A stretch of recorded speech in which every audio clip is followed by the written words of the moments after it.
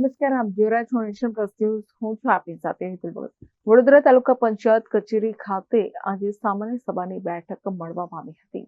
તાલુકા પંચાયતની સામાન્ય સભાની બેઠકમાં પ્રથમ ન્યાય સમિતિના ચેરમેન રવિભાઈ બેચરભાઈ વસાવાને દેવલોક પામ્યા હોવાથી શ્રદ્ધાંજલિ પાઠવવામાં આવી હતી.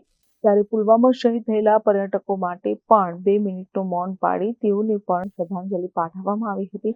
સાથે જ ગત તારીખ 17/3/2025ની સભામાં ઠરાવમાં વંચાણને લઈ બહાલી આપવા બાબતે તેમજ તારીખ 17/3/2025ના સામાન્ય સભાના ઠરાવો અમલીકરણ બાબતે તથા કારોબારી સમિતિની તારીખ 11/4/2025ના રોજની બેઠકમાં આયોજન કરવામાં આવેલા કામોને વહીવટી મંજૂરી બાબતે તથા અધ્યક્ષ સ્થાનેથી રજૂ કરાયેલા સોખડાના માજી પ્રમુખને વિદેશ જવાના હોવાના કારણે તેઓની રજા મંજૂર કરવામાં આવી છે.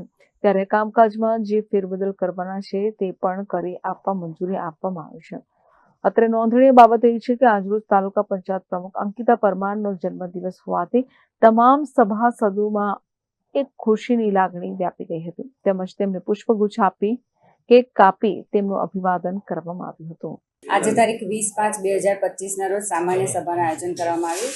સૌપ્રથમ તો તેમાં જે ન્યાય સમિતિના ચેરમેન છે અમારા રવિભાઈ બેચરભાઈ વસાવા, જે દેવલોક પામ્યા છે, તેમને શ્રદ્ધાંજલિ આપવામાં આવી. અને પહેલગામના હુમલામાં જે આપણા સૈનિકો પણ મૃત્યુ પામ્યા છે તેમને શ્રદ્ધાંજલિ આપવામાં આવી. અને એજન્ડામાં ટોટલ 4 વિષય હતા. એમાં પહેલું હતું કે 17/3/2025ની સામાન્ય સભાના ઠરાવો વંચાણે લઈ બહાલી આપવા બાબત.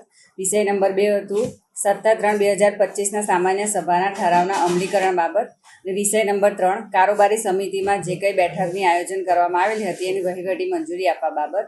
અને ચોથો વિષય હતો અધ્યક્ષ સ્થાનેથી જે રજૂ થાય તે.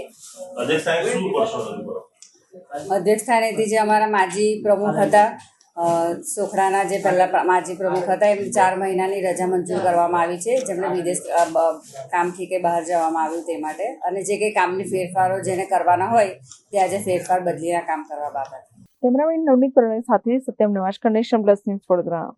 સમાચારોના સતત અપડેટ મેળવવા માટે અમારી નેશન પ્લસ ન્યૂઝની યુટ્યુબ ચેનલને સબસ્ક્રાઇબ કરો, બેલ આઇકન દબાવો અને જોડાયેલા રહો ફેસબુક, ઇન્સ્ટાગ્રામ અને ટ્વિટર પર.